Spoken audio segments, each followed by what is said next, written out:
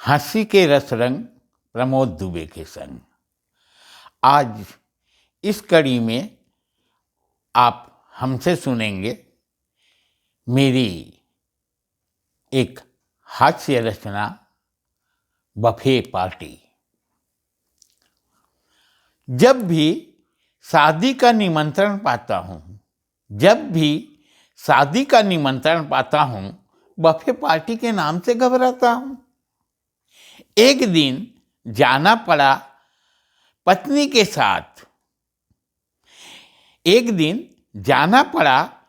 के साथ वधू थी पत्नी की रिश्तेदार। पत्नी उस दिन प्रातः से सज रही थी। ब्रेकफास्ट हमारी कैंसिल लग रही थी। किसी तरह सज धज कर पहुंचे जो बारात में, देखा भीड़ काफी भारी थी सारे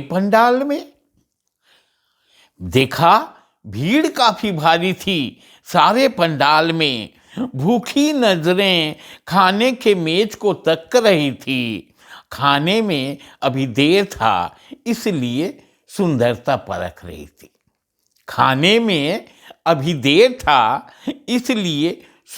परख रही थी। जैसे ही संदेशा आया खाना तैयार, दौड़ पड़े सारे के सारे पाश्चात्य संस्कृति से डूबे रंगे सियार।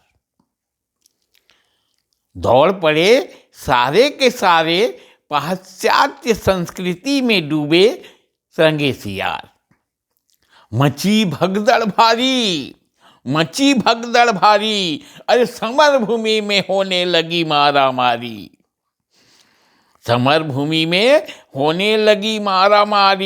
लोग एक के ऊपर एक बरसने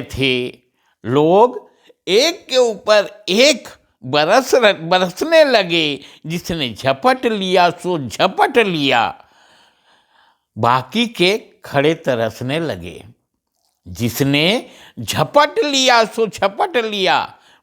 के खड़े तरसने लगे।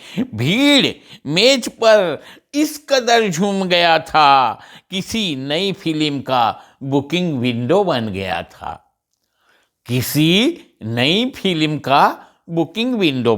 था। पहले पाने की चाह में सभी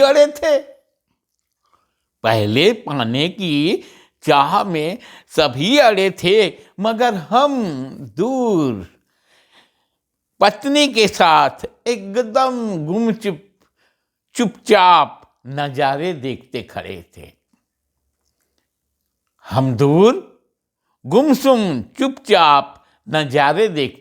खड़े थे। अब देखिए, यहां से कविता में ऑब्जर्वेशन शुरू हो रहा है। एक के बाद एक मैं आपको ऑब्जर्वेशन बता रहा हूं कि वहां क्या क्या नजारा हो रहा था। एक आदमी हाथ में प्लेट लिए इधर से उधर बंदर सा कूद रहा था। मेज तक पहुंचने का रास्ता ढूंढ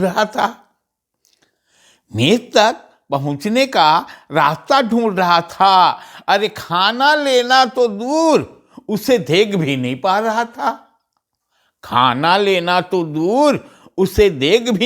रहा था। अनचखी दावत पार्टी का वह स्वाद जता रहा था। अंगूर खट्टे हैं वह बता रहा था। अब दूसरा ऑब्जर्वेशन देखिए। दूसरा बड़ी मुश्किल से जा पाया और दूसरी बार न जाने की चाह में अपनी प्लेट में पुलाव की तस्तरी झाड़ लाया। माशाअल्लाह, ये तो बहुत चालाक इंसान था। दूसरी बार न जाने की चाह में अपनी प्लेट में पुलाव की तस्तरी झाड़ लाया और उससे कहीं ज्यादा अपना कुर्ता फाड़ लाया। अब तीसरा ऑब्जर्वेशन देखिए। तीसरी एक महिला थी जो समरभूमि में ताड़ सी अड़ी थी, जो समरभूमि में ताड़ सी तनी थी। उसकी आधी साड़ी तो पनीर की सब्जी से सनी थी, उसकी आधी साड़ी तो पनीर के सब्जी से सनी थी, जिसे बार बार धो रही थी और पड़ोसन की पहन कर आई थी, इसलिए रो रही थी। पड़ोसन की पहन कर आई थी, इसलिए रो रही थी। चौथा चतुर इंसान था। यद्यपि गरीब था मगर बुद्धिमान था। कपड़े लाए उसने भी उधार थे, इसलिए कपड़े उतार कर श्रीमान पहले से तैयार थे। कपड़े उतार कर श्रीमान पहले से तैयार थे। पांचवा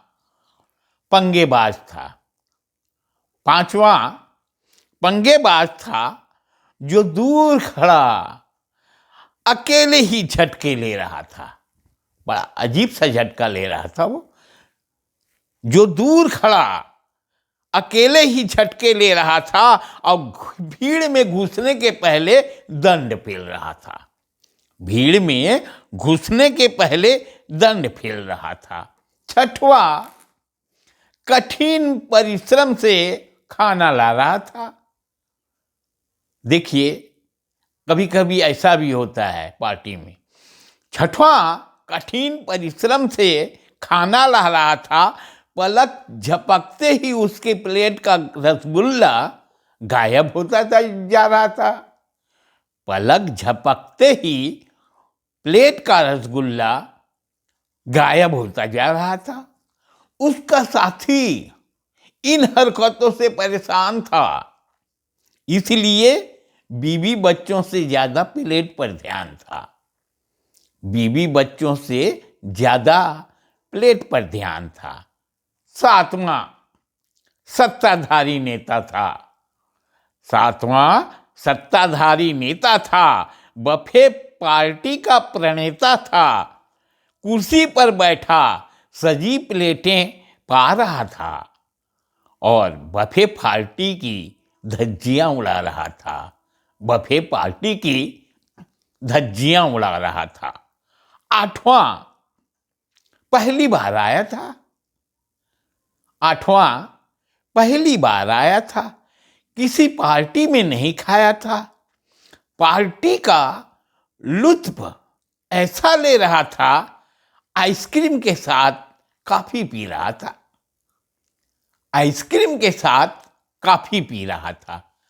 अब एक अगली बार देखेंगे, ये अपना 9वां ऑब्जर्वेशन है। नवयुवती थी जो दिखने में अभिनेत्री थी। मेकअप धुल जाने के डर से भीड़ में जाने से कतरा रही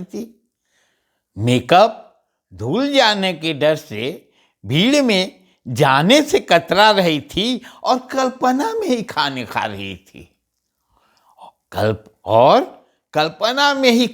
रही थी। कैसे खा रही थी ये देखेंगे।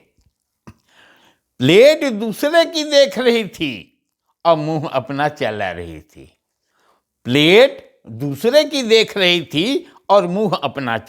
थी। 10वें का पूरा कुनबा आया था। अपने साथ पड़ोसियों को भी लाया था। प्रेजेंट में दिए पैसों का उसने ऐसा सदुपयोग किया था। कैसे किया था? अपने बच्चे के बर्थडे पर पड़ोसियों को यहां इनवाइट किया था। ऐसे भी लोग होते हैं। अब आइए आगे बढ़ते हैं। 11वें के हाथों में था लिफाफा, 11वें के हाथों में था लिफाफा, जो वह मित्रों को दिखाता। चहक रहा था, बदन परफ्यूम से महक रहा था, बदन परफ्यूम से महक रहा था। पार्टी का भरपूर मजा ले टरक गया, हाथों का लिफाफा अगली पार्टी के लिए सुरक्षित पॉकेट के भीतर सरक गया। हाथों का लिफाफा अगली पार्टी के लिए सुरक्षित पॉकेट के भीतर सरक गया। 12वां लड़की वाला था। अब कविता के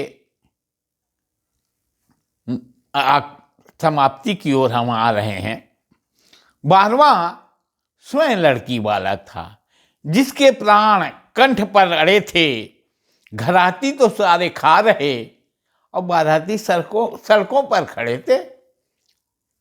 घराती तो सारे खा रहे, बाराती सड़कों पर खड़े थे। दही, अब क्या हुआ, देखिए भीड़ बढ़ जाती है तो उसके बाद बफे पार्टी में का नज़ारा ही कुछ इस तरह का होता है। दही बड़े की चम्मच रसगुल्ले पर पड़ी थी, दही बड़े की चम्मच रसगुल्ले पर पड़ी थी और पनीर की सब्जी पर पुलाव की झड़ी थी। पनीर की सब्जी पर पुलाव की झड़ी थी। भीड़ ने पार्टी का ऐसा किया कबाड़, हनुमान जी ने जैसे अशोक वाटिका दिया उजाड़। हनुमान जी ने जैसे अशोक वाटिका दिया उजाड़। अंत में देखते हुए हालत, हम तो दूर में खड़े थे, ये सब नज़ारा देखकर मेरी क्या प्रतिक्रिया है वह इन पंक्तियों में सुनिएगा। अंत में देखते हुए ये हालत, मैंने पत्नी से कहा, डियर लौट चले सही सलामत, डियर लौट चले सही सलामत। अरे सुनते ही वह बिगड़ गई, सुनते ही वह बिगड़ गई और एकदम से बोली, जाने किस बेवकूफ के पल्ले पड़ गई। सुनते ही वह बिगड़ गई, जाने किस बेवकूफ के पल्ले पड़ गई। इससे तो अच्छा किसी पहलवान से शादी रह जाती। अब देखिए पत्नी की सोच क्या है। इससे तो अच्छा किसी पहलवान से शादी रह जाती, कम से कम भूखी तो न मारी जाती, कम से कम भूखी तो न मारी जाती। पर इससे शादी करके मैं पछता रही हूँ और जिंदगी में पहली बार किसी पार्टी से बिना खाए वापस जा रही हूँ, बिना खाए वापस जा रही हूँ, बिना खाए वापस जा रही हूँ। धन्यवाद।